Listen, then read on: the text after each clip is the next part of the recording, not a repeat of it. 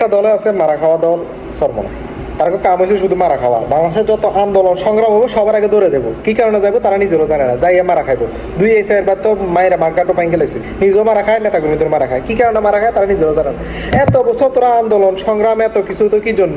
কয়দিন পর তোরা বানা ধরস, এটা লাগবো সেটা লাগবো, জানে নিজেরাও কোনো আসলে ডিগলে দিয়ে ফাঁস করতে হতো না।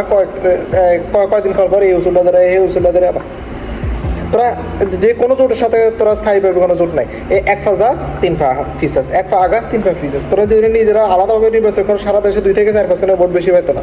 দরকার আছে কোনো ভোটগুলো নষ্ট করার? তোর কোনো একটা দলের সাথে স্থায়ীভাবে আটকে জায়গা খালাস। তোরা করস না রাঙ্কি, এত বছর আন্দোলন সংগ্রাম করে লাভ হয়েছে কি? আবার যাও আজকে আন্দোলন সংগ্রাম কোনো টেবিলে এসে বসে আন্দোলন সংগ্রাম করতে পারো। যদি কই কালকে আবার সংগ্রাম কালকে আবার আন্দোলন করবো, শাহবাগে ধরে যাবো, যায় মারা খাবো। কামে এটা দলের রাজনীতি রয় বোঝে না, শুধু আন্দোলন সংগ্রাম লই আছে আর কয়দিন পর শুধু ইস্যু।